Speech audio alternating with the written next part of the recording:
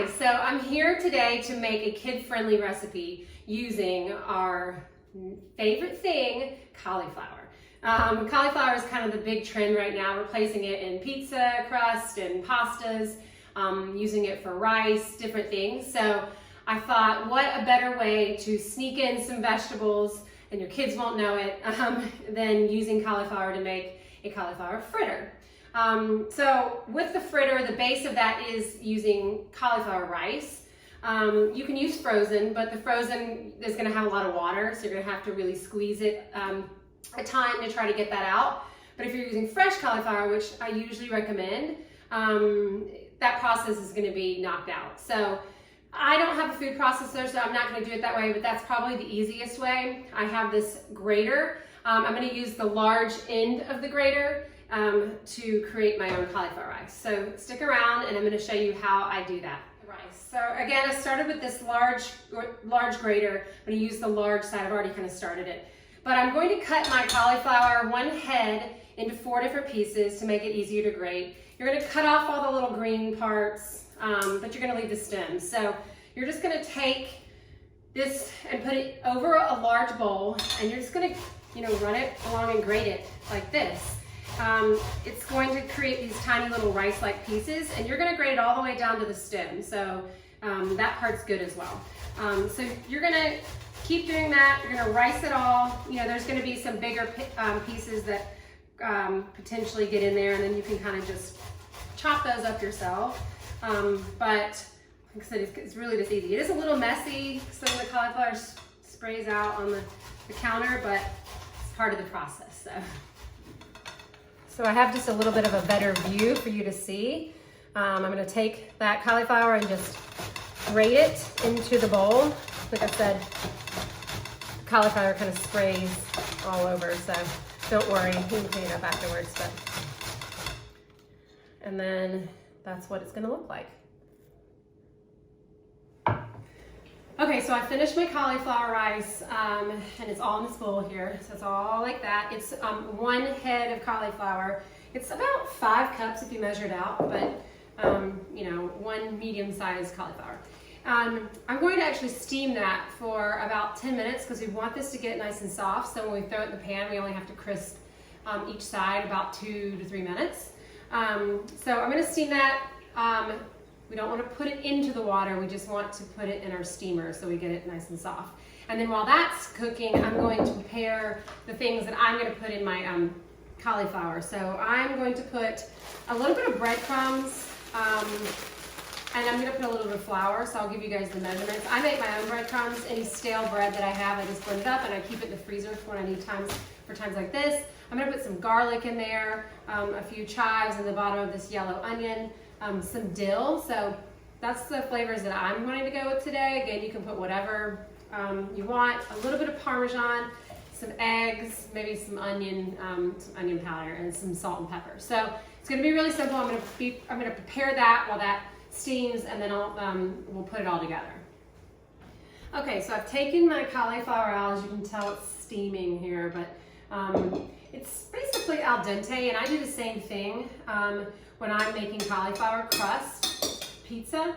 You want to lightly cook it just so that it doesn't take as long when you do it in the oven. So we've got the cauliflower going, and I've cut up all my ingredients. So I'm going to take 1 clove of finely chopped garlic, and I'm going to throw that in.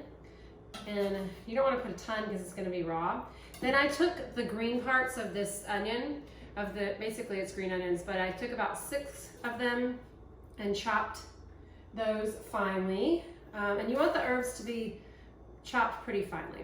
Then I took dill, and I took about, let's see, I don't even know, like 1 of those sprigs, and I cut it up finely as well. So we're going to dump that in. And then I decided after I started this that I wanted to add more herbs in. So I had some flat leaf parsley, so I'm going to put in about 2 to 3 tablespoons of that. So just that flat leaf, I had it in my garden. And then I also have a little bit of basil. My basil's not doing as well as my other herbs, and so I only had enough, about a tablespoon, to put in there. But you can put in as much as you want. I mean, cauliflower has sort of a bland taste, but it still does taste like a vegetable. So the more herbs and green that you can put in there probably mask that cauliflower taste for your kids. So they'll have no idea that they're eating a vegetable. So then I'm going to throw in my seasoning. So I'm going to put about a teaspoon, we'll start with a teaspoon of ground pepper. So we're going to do that. And I'm going to put about a tablespoon of sea salt. So let's see, I like Molden's. It's like this flaky salt. A lot of people use that just for like when you're garnishing on the top. I'm going to use some onion powder because I don't want to put this full onion in because it's not going to cook all the way. So just to have a little bit of a hint of that flavor, probably about a half a teaspoon. If you don't like onion, then omit it. And again, I'm going to give that a toss and just make sure that there's a chunk. We don't want that chunk of cauliflower in there because we want it to evenly cook. So we're going to toss that. It's starting to smell really good. Okay.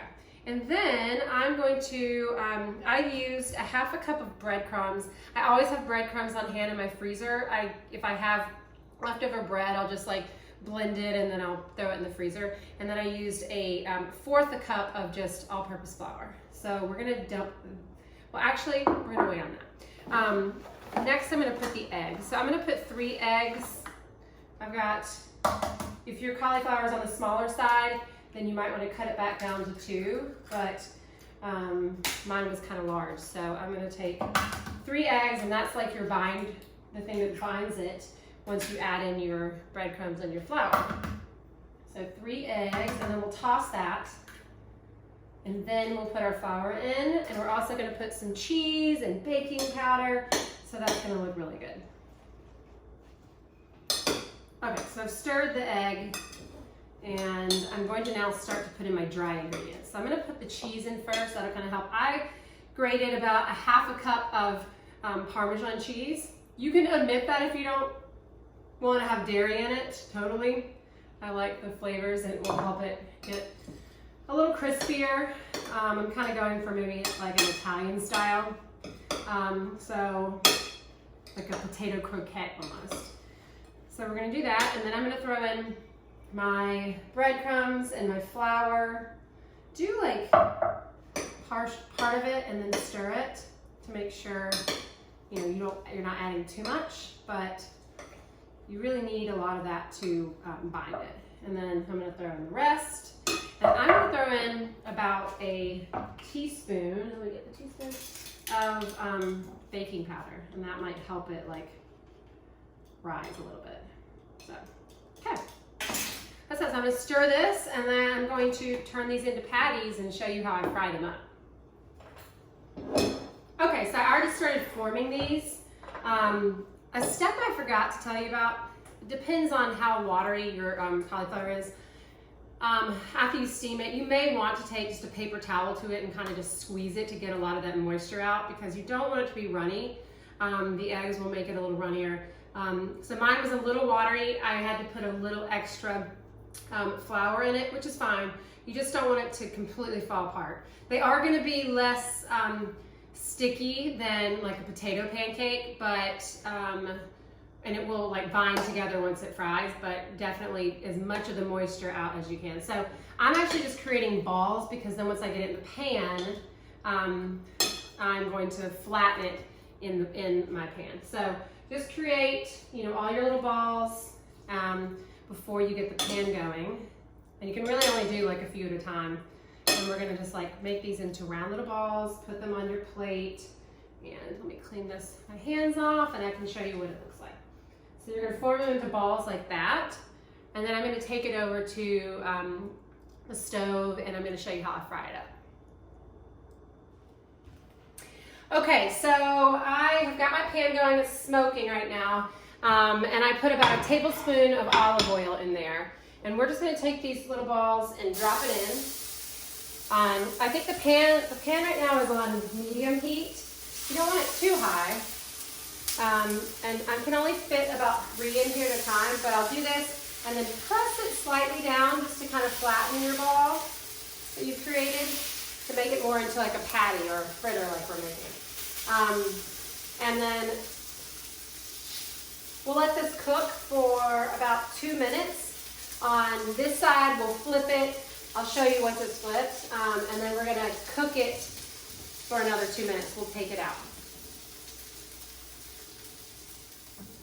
Okay, so they've been cooking for about 2 minutes on that side, and you're gonna do a flip. And at that point, they should be a little easier to stick together because it's kind of made a nice crust on that one side. That's why I love using sorry, I had a little taste.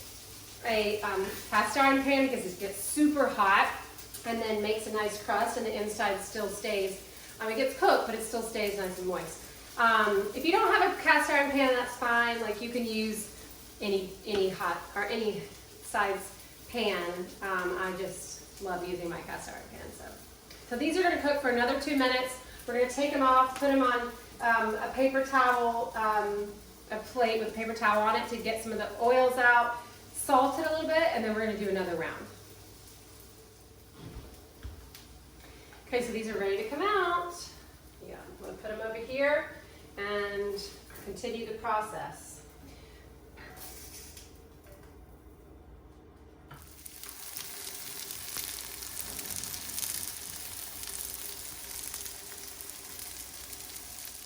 All right, so there you go. An easy, kid-friendly meal that you could make any night of the week and fool them into eating vegetables. So you could probably fool any of your guests into eating this and thinking it's a potato pancake.